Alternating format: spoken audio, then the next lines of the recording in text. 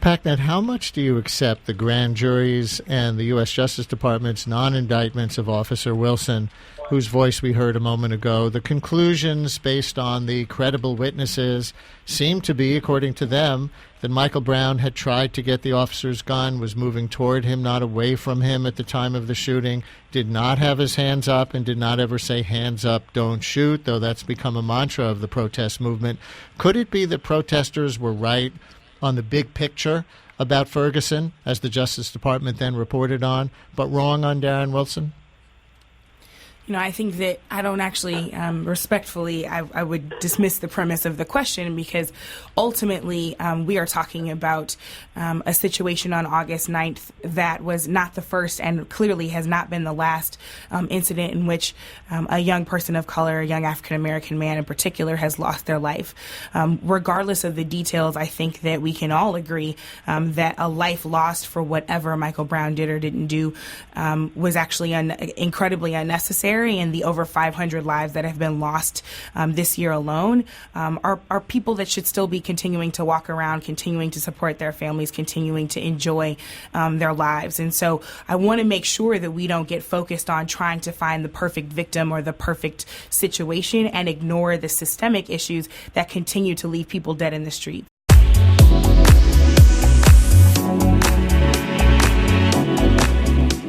Little ghetto boy. Brown never surrendered with his hands up, and Wilson was justified in shooting Brown. DOJ was able to present a credible picture of what happened.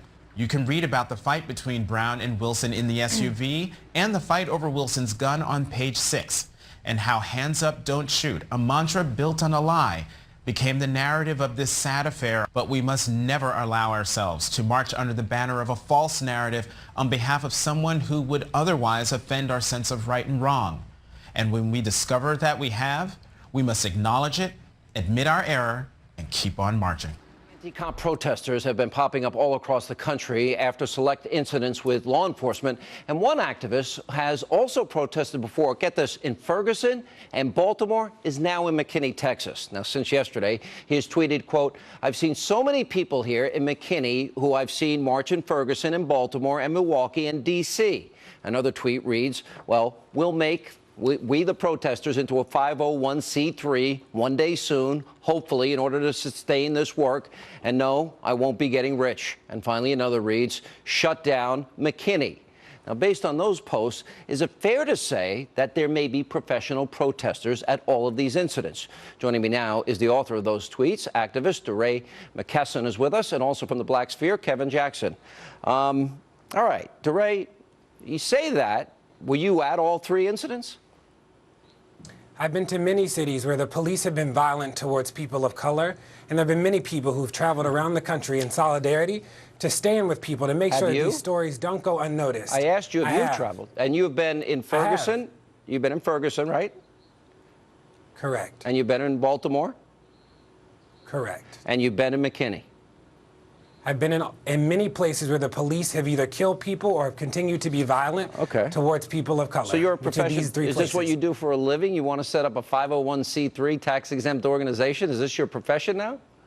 You know, I'm somebody who's focused on justice. Is this a question that you are asking me because I'm a person of color? Would you ask white people this too? This sort of question has nothing to do with race. It has to do with, is this your profession? I ask you, you know, you're tweeting out that you're a professional protester. Is that what you do? You want money. Well, no, you're that's soliciting not what I said. money. If you've actually looked at my tweets, you've heard me say that I'm actually unemployed. You want this to be that narrative? Well, how do you support yourself then? How do you support yourself, sir?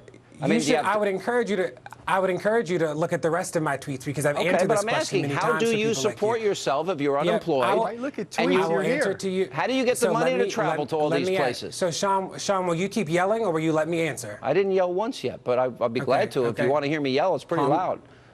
Yep. So, Sean, behave. So here's the thing, is that, like I said, I've been using my savings and contributions from my friends to do this work so far, and that has worked. Again, when I go to different places, and when many people go to different places, this is about making sure that these stories are heard and that we're standing in solidarity with people who the police have harmed or killed. I got your point. Now I want to ask you this. Have you been a part of any of the rioting? Have you been a part of any of the looting, sir? That's a good question. So I've actually not seen any rioting at all. So You so haven't no. seen it? I've got the video. If you'd I've like not to seen look in your monitor, I can show it to you, sir. I've not a lot of seen minority rioting. I think store that owners lost their entire life possessions in these riots. So, Sean, I'd encourage you to let me answer the question. So, again, I've not been a part of any rioting. There has been property damage in some cities, and again, I've not participated in that. And like I've said before, is that I don't have to condone it to understand it. Who robbed a store and assaulted a clerk and according to the eyewitnesses, fought a cop for his gun and charged it at a cop, do you still believe that false and proven false narrative of hands up, don't shoot? Do you believe that? I think that Michael Brown should be alive today, and I think that he was murdered by a cop who used his power because he knew that power would be protected. Kevin, I guess we have professional protesters. I mean, nice way to make a living, I guess. Well, the first thing I'd Sean, say is don't lie. The first thing I'd say to DeRay is he had tweets out that talked about he hadn't been paid yet, and he was waiting to be paid. But if he denies that he hasn't been paid, fine. But here's what I will tell you about Kevin, DeRay. again, that's not true. Hey, let me finish. You haven't been to the funeral of any cop that was killed in the line of duty. I bet you that. I bet you haven't saved up for that. I bet you haven't been to the celebration ceremony of cops who protected many, many black people for decades. I bet you've never been to one of those celebrations. I bet you haven't been to the funeral of any of the kids that are killed that aren't in these types of scenarios where race baiters and race pimps like you appear. Those are the things that you should be caring about. I bet you don't care about these neighborhoods once you leave, when you start problems, or the money that has to be paid to restore them when people like you leave. You're just you're a sucker that's going around this country starting problems, not caring about what happens after the fact because it's giving you a bit of notoriety. You should just admit that. You're a race pimp. Playing in the ghetto street. What you gonna do when you grow up? The societal solutions, I think you're absolutely right on, but it still doesn't help the line officer on the street who gets a call and has to deal with a criminal. That's the. I mean, I'm not disagreeing with your other points, but at some point there's a real issue of cops having to interact with people, and I don't see solutions for that. But that's like a really easy. That's like so easy, right? You are essentially saying that, like, if they kill people because they aren't trained any better, then like that happens. And I'll never accept that is exactly what you suggested. This idea that like they are interacting with people, and in that interaction, that this might just be an outcome, and like that just isn't okay, right? That like they didn't need training not to beat that girl in McKinney, Texas. Like I will not accept that there could have been better training for that. Like they should have actually just made a different choice, and they made a choice. That they should be held accountable for. And it shouldn't have taken 15 more hours or any new course in training not to manhandle a girl in a bathing suit. Absolutely. It's seduced to believe that more police are like essential to a crime prevention strategy, and they are not. Crime prevention is based on like healthy neighborhoods, strong schools, grocery stores in places. Like, more police don't actually stop crime, they move crime. So, like, we have to, like, be more creative when we think about crime prevention strategies. And, again, police officers do have hard jobs. Like you said, black people have hard realities living in America, too, right? That it is not simply about, like, how hard something is. We are making excuses for people who are choosing to kill people and excuses for the system that are not holding them accountable. And that's just not okay. Peter Moskos? It baffles me to still hear today that police are irrelevant to crime reduction. Of course police matter, but there's a long strain of that. Some of it stems from the civil rights movement. If you see police as racist agents of repression, of course you want fewer police. But police do affect crime. After the riots in Baltimore, because of changes in policing, the murder rate literally doubled overnight. There were no riots in Baltimore. Well, what do you call them? The uprising, maybe? Oh, that's so sweet, but it's really patronizing to those that actually, with agency, cut fire hoses and loot stores. But that's a difference we'll have to accept. But after the riots in Baltimore, the homicide rate doubled. To face responsibility, little ghetto boy, playing in the ghetto street. What you gonna do when you grow up? Have to face responsibility. Let's watch. And remember, the people that have been violent since August have been the police. We think about the 300 people that have been killed this year alone, like that is violence. There's been property damage here that's been really unfortunate over the past couple, for a day or so here. But remember, there have been many days of peaceful protest here in Baltimore City and in places all around the country. But at least 15 police officers have been hurt, 200 arrests, 144 vehicle fires. These are statistics. Local police have put out 15 structure fires. There's no excuse for that kind of violence, right? Yeah, and there's no excuse for the 7 people that the Baltimore City Police Department has killed in the past year either, right?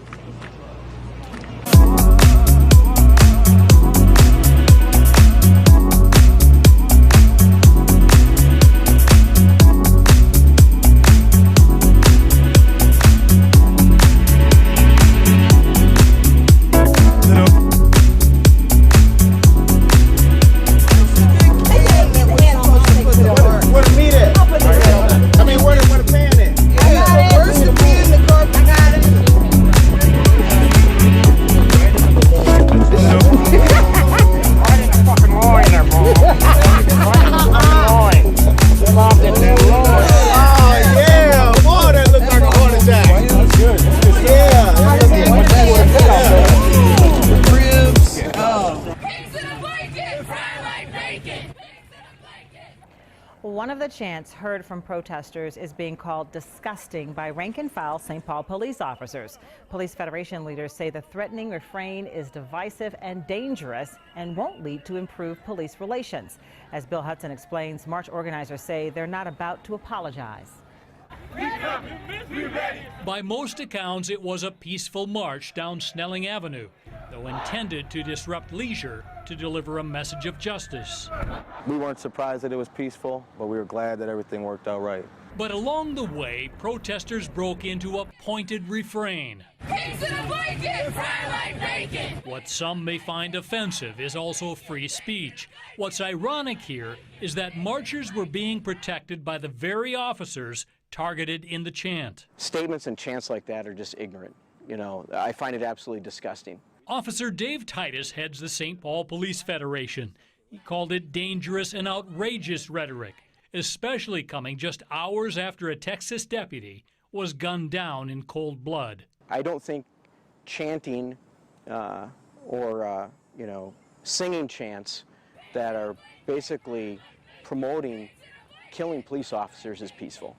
Sheriff Clark, I mean, just looking at the numbers here, if we're going to bring that up, there were 24 unarmed African Americans killed by police this year. That's according to the Washington Post. So when you take that into account, Sheriff Clark, do you think that African Americans, people part of this protest, have a right to have their voices heard and to protest? It's not a matter of whether they have a right. It's a matter of whether it's legitimate.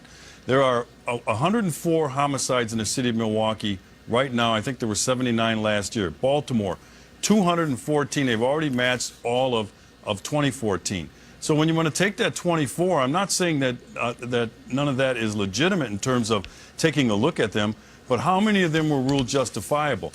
How many of the uses of force were determined to be reasonable and justifiable? And then let's compare that 24 to the number of stops made by police officers during that time period, and you'll find that that is a very, very fractional percentage of deaths that occur at the hands of police officers. That's what the data shows anyway. I've been pretty active, both following, covering, and as a protester being engaged in these struggles, and I've never seen anyone in the Black Lives Matter movement or any other principled movement against police violence say that most police stops result in unlawful executions or unlawful shootings or even unlawful violence. The argument is that it happens too often, and when it does, we don't have sufficient mechanisms of accountability. Let me finish. What's too often? Let me finish. Well, anytime someone gets killed unlawfully or a police officer acts as judge, jury, and executioner, it's too many. I would hope you would agree that even one would be too many. But we've seen dozens of them. Well, that's a mischaracterization right there, that every time a law enforcement enforcement officer has to use force. They're acting as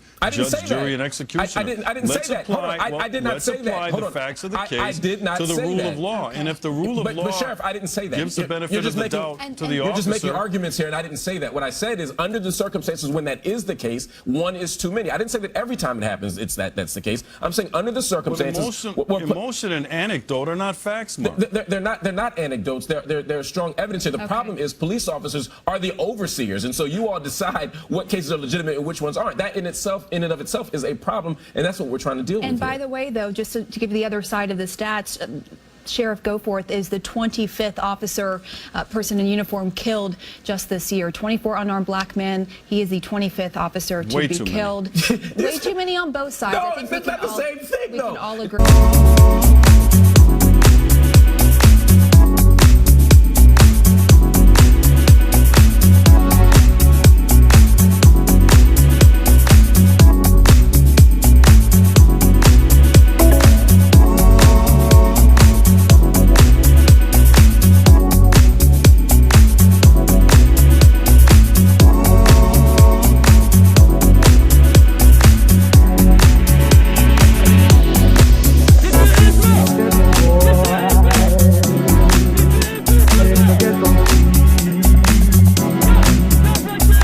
What you gonna do when you grow up and have to face responsibility?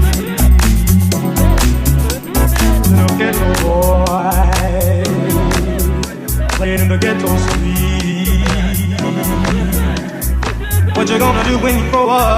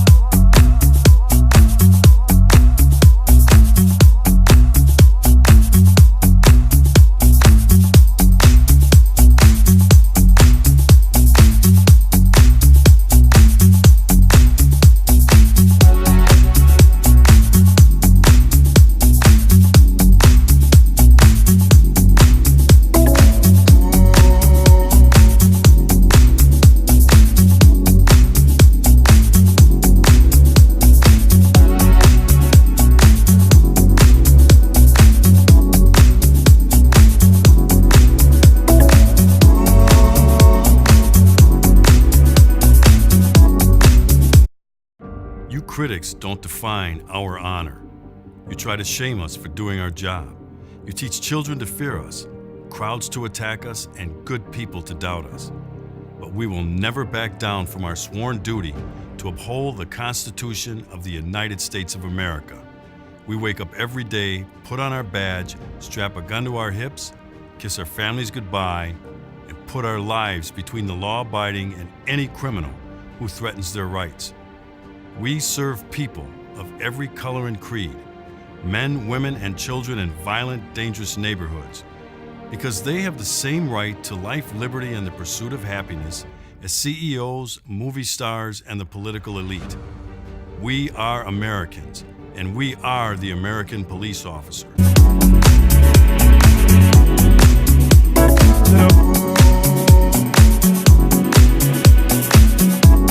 Bill, are you worried there may be a race war in America? I am not, Charles. 2/3 of African Americans reject the Black Lives Matter mantra and want all lives matter to be the slogan. But we don't hear much about those folks, do we? The radicals and criminals get most of the attention.